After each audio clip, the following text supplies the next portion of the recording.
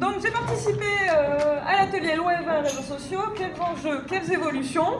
J'ai été désignée et non autodésignée, je ne me suis pas désignée toute seule.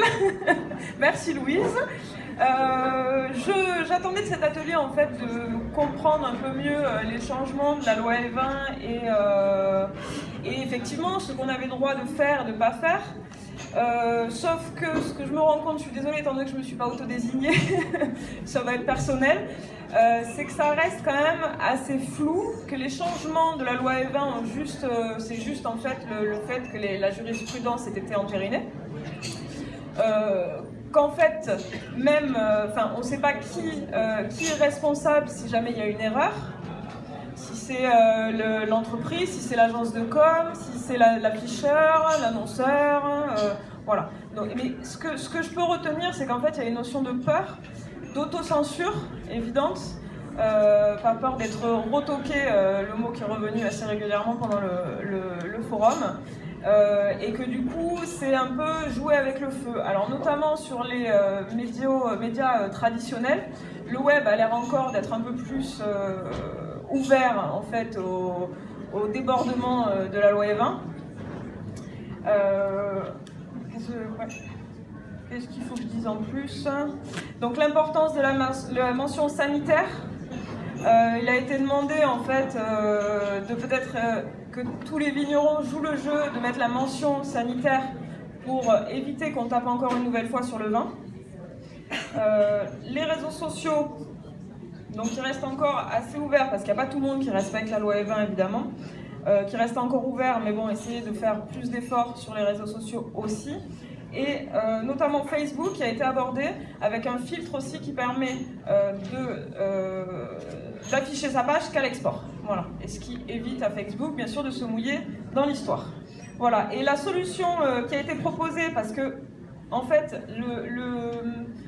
la problématique, c'est comment, quand on est vigneron, peut-on dire que son vin est bon sans le dire, parce que c'est ce qu'indique la loi E20. Donc la solution, ce serait que le vigneron demande sa carte de journaliste pour que... Pardon, c'est personnel. Parce que les journalistes et les blogueurs ne sont pas soumis à la loi E20. Voilà. Snapchat pour les nuls, c'est à peu près comme ça qu'on aurait pu appeler l'atelier qui s'est déroulé en salle 2. Et si je projette les statistiques de la salle 2 sur l'ensemble des personnes ici présentes, on semblerait qu'il y en ait à peu près un gros 2/3 qui ait eu la curiosité et se soit équipé de Snapchat, mais la question suivante c'était: êtes-vous actif sur Snapchat? Et là c'était réduit à plus que 3 personnes. Et donc je pense qu'on est tous ici un peu concernés, on a tous été à un moment donné dans nos jeunes années, genre à la création des Vinocamp. On était les plus jeunes, les plus à la page, les plus forts, les plus on comprenait tout ce que les vieux comprenaient pas, et ben maintenant on est en train de vivre un petit peu une bascule. Voilà, donc en gros les 3 qui utilisent Snapchat nous ont expliqué pourquoi c'était si top, parce que l'instantanéité, parce que l'éphémère, parce que quoi que ce soit que tu mets là-dessus ça ne dure pas, etc., etc. Donc de là on a commencé à reposer les bases. Comment ça fonctionne? Donc manifestement c'est vraiment une communauté plutôt privée dans sa conception de base, où existe quelque chose qui s'appelle la story, qui pourrait être assimilable au fil de Twitter, et une autre façon de s'exprimer, mais toujours à mon avis qui apparaît dans la story, les Snap Direct, où là tu sollicites vraiment un ou deux, enfin quelques-uns de tes contacts de la même façon que tu cites des gens sur Twitter, et là vraiment tu lui dis clairement ce que je viens de publier là, il faut que tu le vois quoi. Donc en fait, la question suivante qui se posait, c'était mais ok, bon, c'est d'accord, mais comment, à quoi ça peut servir? Enfin, à quoi ça peut servir à nous, aux marques, aux vignerons? En quoi est-ce que véritablement ça peut être utile dans la façon dont on communique sur nos vins, nos produits, nos terroirs, peu importe. Donc la conclusion quand même de tout ça, c'est de dire finalement c'est quand même vraiment un média de copains à la base, il faut le dire.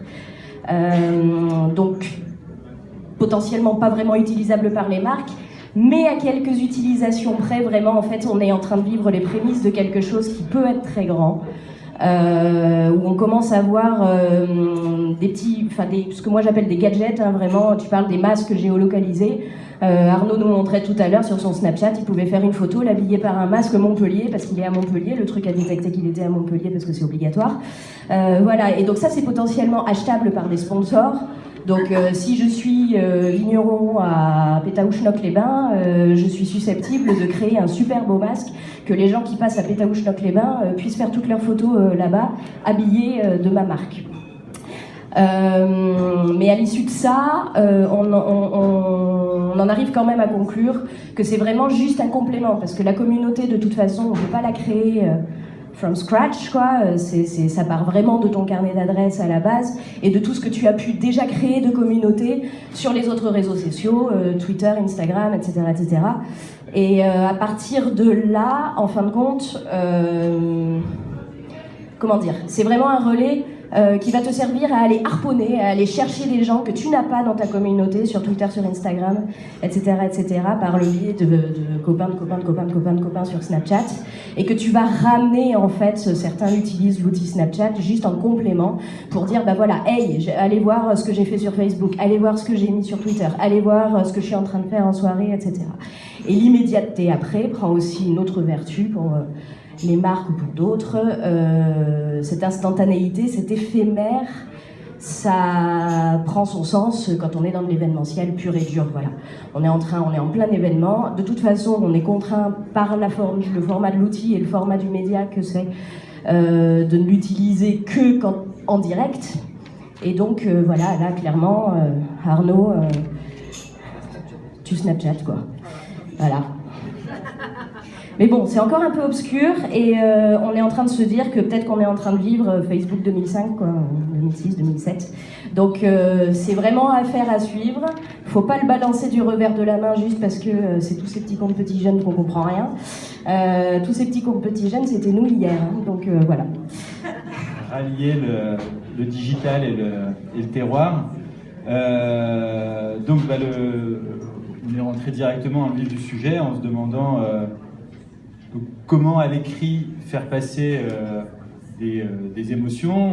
On s'est vite aperçu à travers différents témoignages que c'était relativement limité, en tout cas dans l'écrit, et qu'il n'y avait de toute façon pas de recette miracle, ni avec des termes techniques, ni avec d'autres termes, mais que tout était aujourd'hui basé vraiment sur le ton, sur le contexte, et sur l'émotion, c'est-à-dire les conditions dans lesquelles on va recevoir un message. Donc on a eu plusieurs exemples, notamment celui de Bruno qui organise des repas à Cormévin, qui expliquait qu'en fait quand il fait des restitutions à travers Facebook ou autre, c'est vraiment le fait que ce soit personnalisé, que des gens réagissent et parlent des vins, qu'il y ait des visages en face de ça, qui va déclencher des émotions chez une personne ou chez une autre. Et voilà, on aime bien s'identifier à quelqu'un qu'on connaît, se rassurer avec quelque chose, se poser sur une photo, une vidéo, plutôt une vidéo un petit peu décalée, un petit peu spontanée de dégustation, plutôt que quelque chose de trop marketing, trop organisé, qui passera plutôt pour un discours institutionnel que vraiment une recherche d'émotion dans les vins qu'on a pu goûter. Parce que, on disait après, c'est toujours un Grenache, ça reste gourmand, un Mourvèdre, ça reste costaud, etc. On a tous un peu les mêmes typologies et les mêmes, ce discours un petit peu effrayant du sommelier, entre guillemets. Et justement, on a eu un sommelier qui était là tout à l'heure, dont j'ai oublié le prénom, Jérémy, qui nous racontait que lui, ses premières vraies émotions sur le vin sont venues à partir des Gouttes de Dieu, où là, les vins étaient transposés à travers des tableaux, des groupes de rock, voilà, ce genre de choses, et que là, ça déclenchait vraiment, ça parlait directement au cerveau sans avoir à réfléchir le vin. Et c'est comme ça qu'on arrive à toucher l'émotion. Après, on parlait de l'exemple du petit ballon qui avait un double discours un petit peu à la fois sommelier et une cartographie des vins qui permettent à chaque fois de se transposer dans un cadre général. En fait, l'écrit ne suffit pas en soi en quelques lignes, il faut arriver à reproduire un contexte pour provoquer l'émotion. On a eu un dernier exemple aussi sur le fait de pouvoir échantillonner des vins justement pour pouvoir venir poser un discours, et après le vin ne passe pas que par la dégustation. Il faut arriver à créer des conditions pour avoir des émotions, et le discours c'est bien, la dégustation c'est bien, il faut vraiment réunir les deux ensemble pour arriver à créer quelque chose. Donc voilà, donc la conclusion en fait c'était de dire aujourd'hui que le ton avait changé par rapport à avant, qu'on était plus dans un discours classique, traditionnel, mais voilà, qu'on employait un vocabulaire un petit peu plus décontracté, qu'on avait plein d'outils sympas pour le faire, que ce soit sur Instagram, Facebook ou autre, ou Twitter, et de ne pas avoir aujourd'hui de recette vraiment miracle pour le faire, mais de combiner plein de choses, de choisir ses cibles et surtout d'arriver à toujours à raconter cette histoire autour du vin pour faire passer l'émotion qui est vraiment la clé de la dégustation, parce que après on disait qu'en fonction du contexte, on peut avoir le même vin qu'on présente de deux façons différentes, on va le ressentir de façon, chacun le ressentira différemment alors que c'est pourtant le même vin, donc il faut toujours apporter cette petite histoire, ce cadre pour arriver à percuter. Et donc Jérémy nous parlait de neurones miroirs en fait, donc arriver à déclencher ce que nous on ressent chez l'autre. Lui prenait l'exemple de l'Aveyron, on voit quelqu'un ramer, hop, ça déclenche quelque chose chez nous qui donne envie de ramer pareil. Et voilà, il faut arriver à pousser cette émotion sur le vin, donc reproduire des conditions de dégustation plus que la description du vin en lui-même. Principalement dit qu'il n'y avait pas de vrai format. Déjà sur Twitter, on ne peut pas communiquer sur le vin, donc la sponsorisation n'est pas possible. Reste néanmoins Facebook, mais qui a été quand même assez critiqué. De ce que j'ai retenu de positif, on peut quand même cibler une publicité et on peut acheter pour communiquer. Les retombées sont pas toujours très positives. On peut néanmoins, et ça visiblement c'est plus intéressant que du texte, passer en vidéo. Sur Facebook, donc avec 4 photos transmises, Facebook vous transforme ça en vidéo et c'est beaucoup plus porteur en termes de com. Des exemples ont pu être donnés de communication sur Facebook pour une publicité de Rome, en influençant les gens à aller dans un bar à cocktail.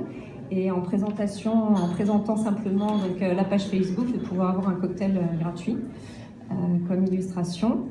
On a parlé aussi de la géolocalisation. Et ça, c'est un vecteur important de pouvoir, avec les moyens aujourd'hui, d'avoir des bases de données très conséquentes pour permettre, il y a un exemple qui avait été cité où 2 personnes étaient en voiture et passaient à côté d'une pizzeria, et l'un d'entre eux étant un peu plus jeune et plus ciblé, avait envie de manger une pizza, et il s'avère qu'il avait reçu un message en disant bienvenue, avec l'adresse, et dire vous êtes bienvenue pour manger une pizza. Voilà, donc la géolocalisation est quelque chose aussi à prendre en compte. Le problème aussi, c'est que le digital et le vin, c'est quand même encore nouveau, pour les producteurs encore plus, donc communiquer c'est assez difficile. La communication du coup reste encore ciblée à des professionnels, et il ne faut pas hésiter, ce qui a été dit, plutôt qu'à galérer avec tous ces réseaux, tous ces systèmes, à passer par des professionnels juste ponctuellement pour lancer un mouvement. Voilà, et que la communication devait être aussi courte, concise, si on fait soi-même, directement, éviter de trop communiquer aussi, et d'avoir une incitation, d'avoir un cadeau ou un jeu, ou de susciter un événement, quelque chose, pas juste une lecture, ou voilà, qui ait un côté participatif. Et que oui, c'était encore un véritable métier, pas accessible à tout le monde, et que c'est pas grave si, moi la première d'ailleurs, je ne saisis pas encore tout, j'ai pas tout saisi dans l'atelier. J'espère que j'aurais pu transmettre quand même quelques messages. Voilà, merci.